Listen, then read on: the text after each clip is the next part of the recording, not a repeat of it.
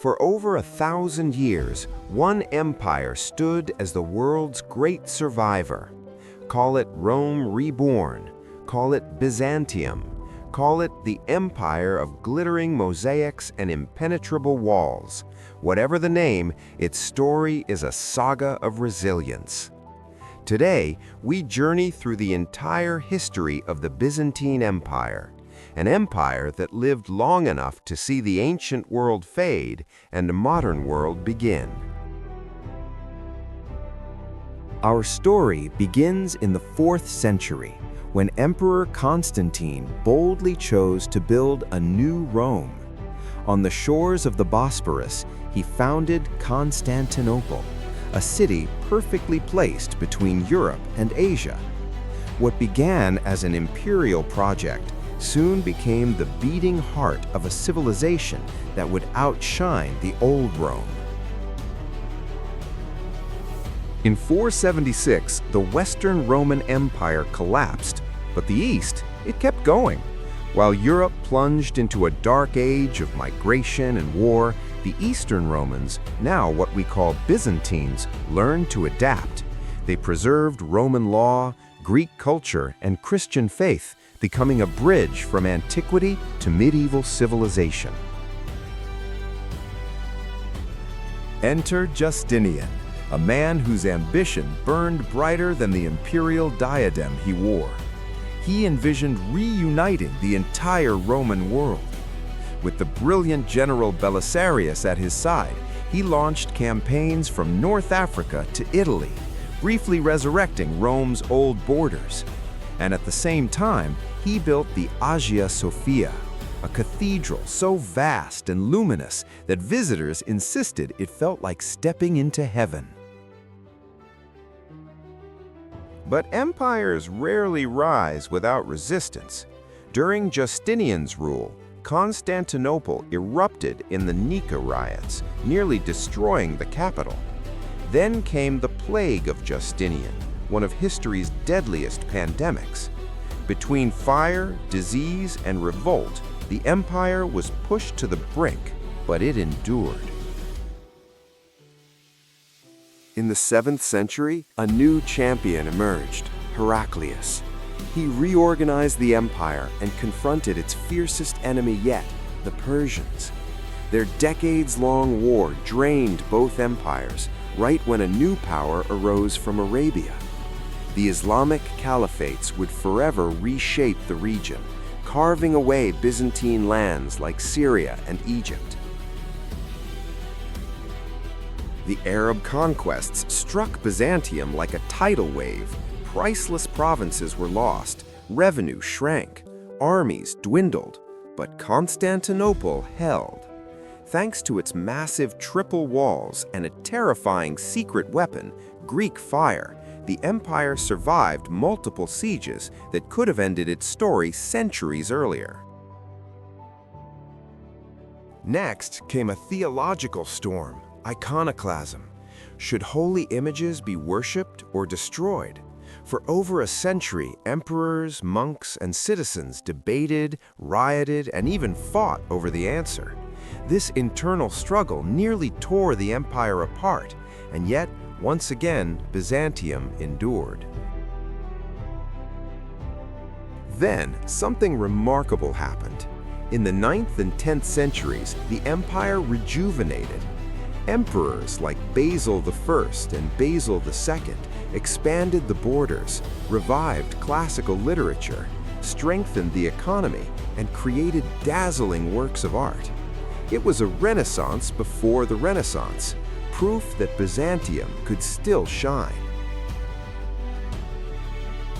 No figure embodies Byzantine strength like Basil II.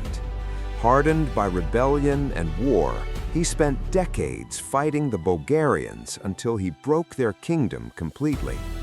His victories secured the empire's last great expansion. Under his rule, the Byzantines stood as the strongest power in Eastern Europe.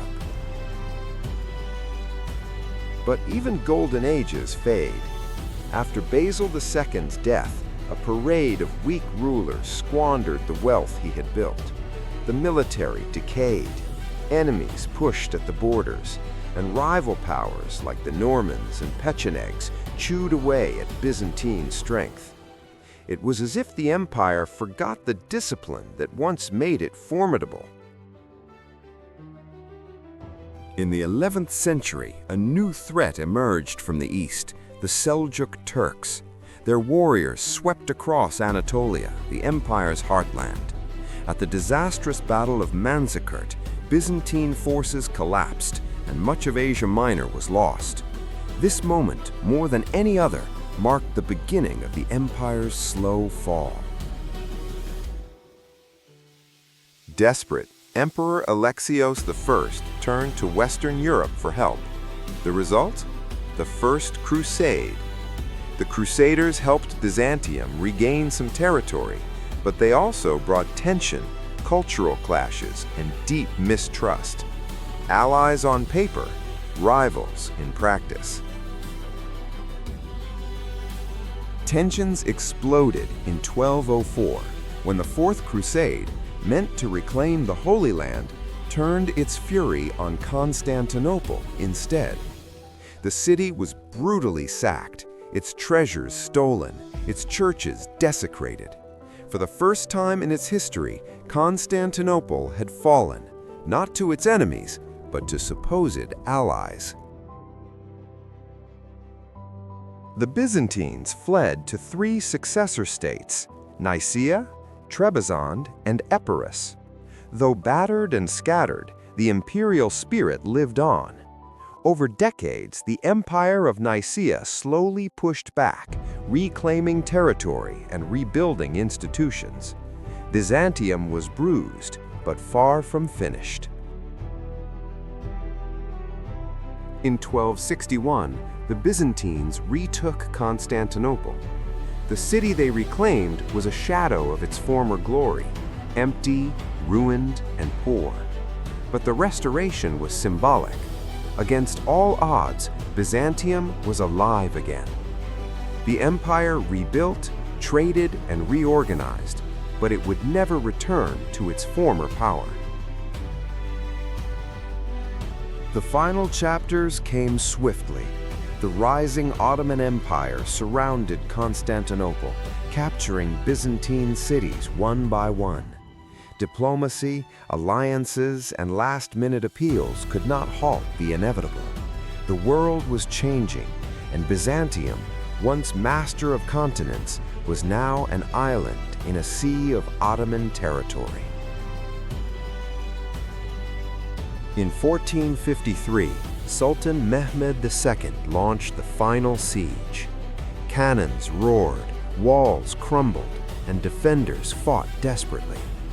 Emperor Constantine XI fought on the front lines until he vanished in the chaos, becoming a legend. And when the city fell, so ended the Byzantine Empire.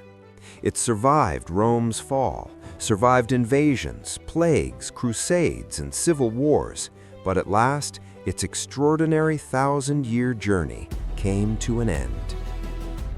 Thank you for watching my video. Please click subscribe to get more new videos. Goodbye.